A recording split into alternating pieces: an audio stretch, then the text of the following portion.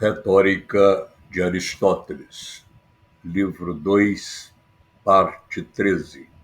O caráter do idoso. Tal é, pois, o caráter dos jovens. Os idosos, pelo contrário, e os que já passaram a flor da idade, possuem caracteres que, na sua maior parte, são pouco mais ou menos os opostos daqueles.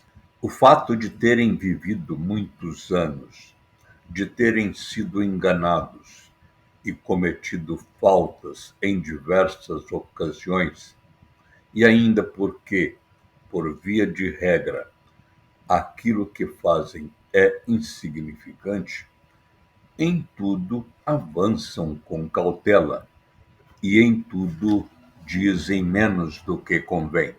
Têm suas opiniões, mas nada sabem ao certo e, na dúvida, acrescentam sempre talvez, é possível, e tudo dizem assim, mas nada afirmam de categórico. Também têm mau caráter, pois ter mau caráter consiste em supor sempre o pior em tudo. Além disso, são suspicazes devido à sua desconfiança e desconfiados devido à sua experiência. Por isso, nem amam nem odeiam com violência, mas, segundo o preceito de Bias, amam como se um dia pudessem vir a odiar e odeiam como se pudessem vir a amar. E são de espírito mesquinho por terem sido maltratados pela vida.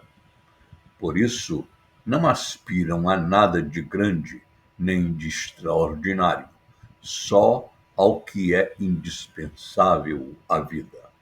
Também são mesquinhos, porque sabem por experiência como é difícil adquiri-los e fácil perdê-los.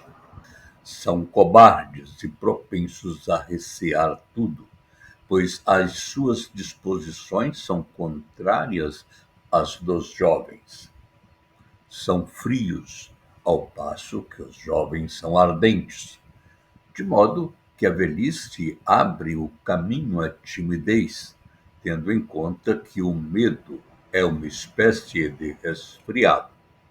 Amam a vida, sobretudo nos seus últimos dias, porque o desejo busca o que lhes falta, e o que faz falta é justamente o que mais se deseja.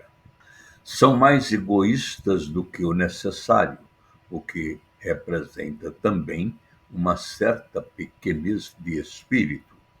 Vivem mais virados para o útil do que para o belo, razão pela qual são egoístas. É que o útil é um bem só para nós mesmos, ao passo que o belo é um bem absoluto.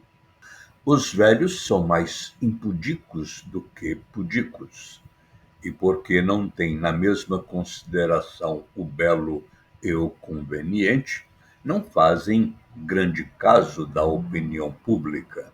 São pessimistas em razão da sua experiência, já que a maior parte das coisas que acontecem são más. Com efeito, a maior parte das vezes as coisas tendem para pior, mas também devido à sua cobardia. Vivem de recordações mais do que de esperanças, pois o que lhes resta da vida é curto em comparação com o passado.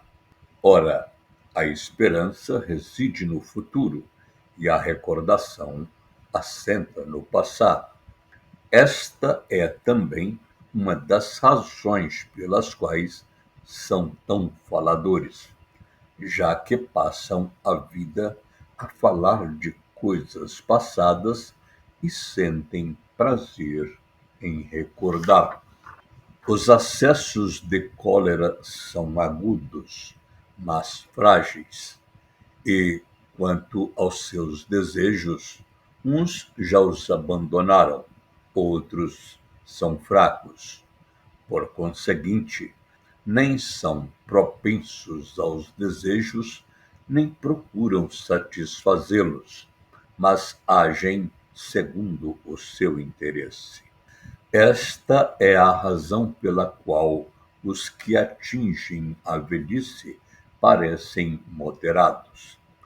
É que os seus desejos afrouxaram e são escravos do seu proveito.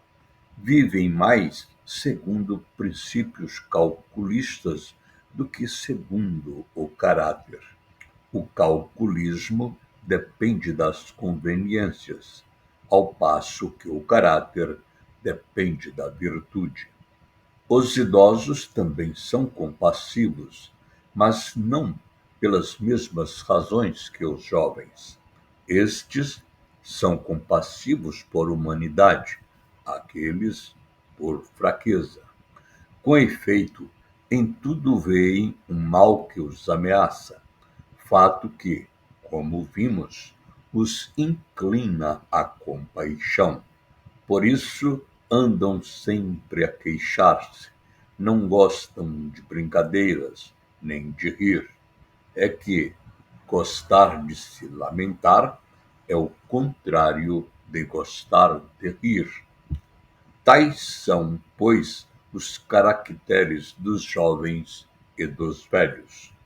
Por conseguinte, como todos aceitamos favoravelmente discursos que são conforme ao caráter de cada um e dos que nos são semelhantes, não é difícil descortinar como é que as pessoas se podem servir destes discursos para, tanto nós como as nossas palavras, assumirem tal aparência.